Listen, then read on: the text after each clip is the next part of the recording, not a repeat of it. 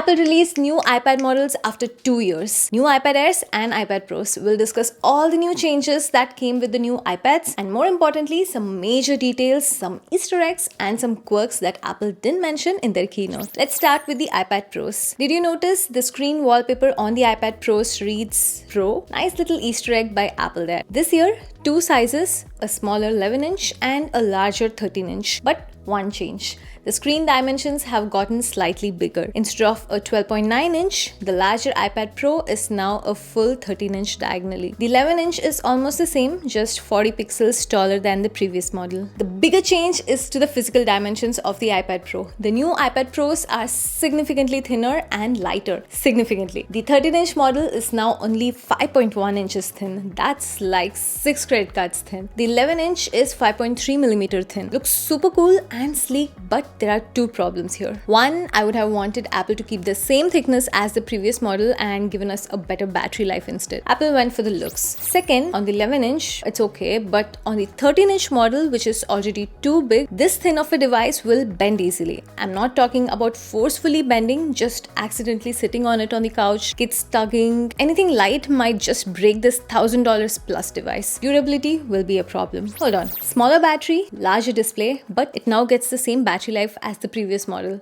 How's that? The magic is in the new processor iPad Pros have gotten. Previous gen had the M2 desktop grade chips. This year, it's not M3, but the iPad Pros are getting the M4 chip inside them. They seem to be more efficient in driving the iPads than the M2, which is giving the same battery life with a smaller battery. Of course, the M4 is more powerful than the M2 too. The M4 announced just for the iPad Pros has more transistors, more memory bandwidth, more CPU cores, and is 50% faster than the M2. But know this, despite being a beast, you might not feel much of a performance bump on a real day usage. There is no apps or workload on the iPad that even an M2 cannot handle. This is just future-proofing your device. Another quirky detail that Apple left out in the keynote, if you buy the 256 or 512GB iPad models, you will get only a 9-core CPU with 8GB memory M4 chip inside. On the other hand, 1TB or 2TB models, it will be 10-core CPU with 16GB memory M4 chip. Not very evident when making an order, but more processor and power on the larger storage options.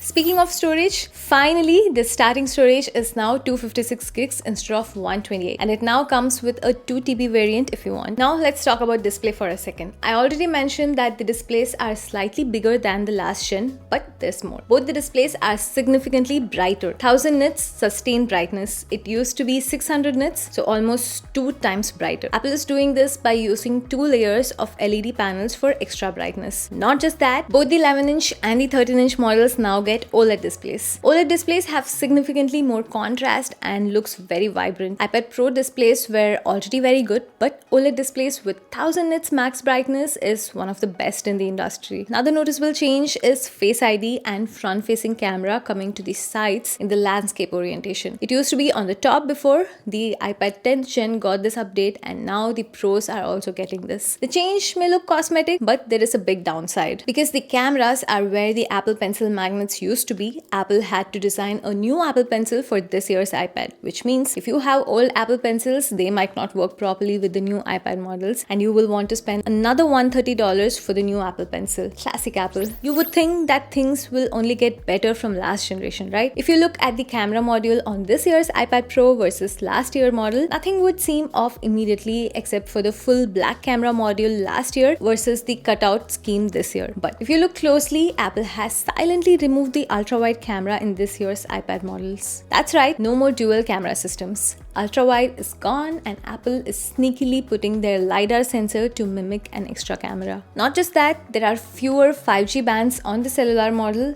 no millimeter wave 5G, no SIM slot, and comes in same 2 colors, silver and grey. Did you think that given the fewer cameras and less 5G bands, iPad Pro will cost less than before? Not only you're wrong, it will cost more than last generation, significantly more. The starting price used to be $799 for the 11-inch model and $1099 for the 12.9-inch model. Now the starting price is $1,000 for the 11-inch model and $1,300 for the 13-inch model, just like an iPhone 15 Pro. Before you go order on the Apple's website, please check on the other stores first. I checked on Amazon and the iPad Pro was already $50 cheaper even before the release. This is the first time I'm seeing a discount on a new product on day one. Okay, let's talk about the iPad Air models. Big changes again, literally. Apple introduced a 12.9-inch iPad Air alongside the 10.9-inch iPad Air. But Apple is calling them the 11-inch iPad Air and 13-inch iPad Air for easy product line recognition. Whatever Apple decides to call it, know that the screen size is still 10.9-inch and 12.9-inch. Thankfully, the starting price did not change like the iPad Pros. The 11-inch Air starts at $599 and the 13-inch Air starts at $799. Another welcome change, the starting storage is now 128 GB instead of measly 64 GB in the 5th generation. What about the processor?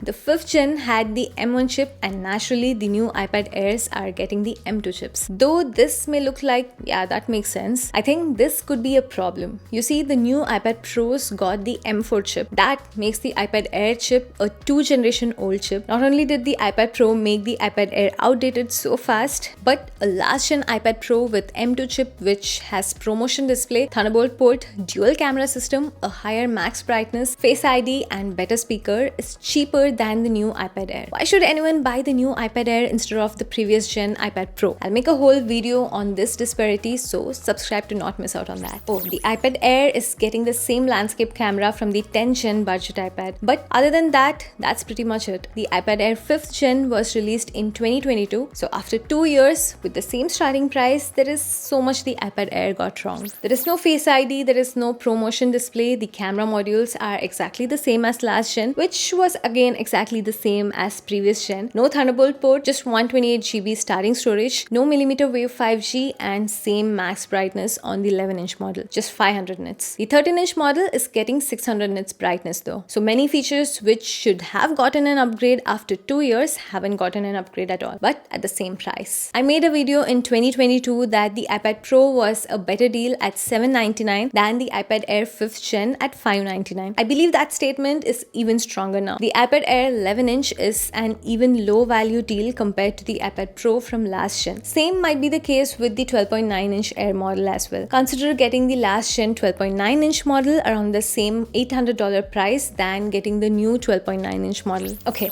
detailed recommendation and value assessment for another video. How is the overall iPad refresh for you this year? The iPad Pros, especially the 13-inch model at just 5.1mm thin, is an engineering marvel. A few credit cards thin, packing a desktop-grade M4 chip, industry-best color-accurate display is truly a marvel. Even my trusted Mac Mini, which I have been using for my 4K video editing, is only powered by a 4-year-old M1 chip. But do you need all that power in an iPad? Do you need your iPad to be so thin, compromising on battery life? Apple could have easily doubled the battery life with the previous iPad Pro, which wasn't too bulky at all. And an M4 chip with a crippled iPad OS. It's an amazing device, but not necessarily the features we wanted. An M3 chip with better battery life and a better iPad OS would be a better feature set in my opinion. In terms of iPad Air, too little, too late. Okay, that's my impression and some details which weren't obvious in Apple's keynote. Hope they were useful. A like and subscribe to the channel would be amazing if they were. I will see you all in the next one. This is Anjana. Bye-bye.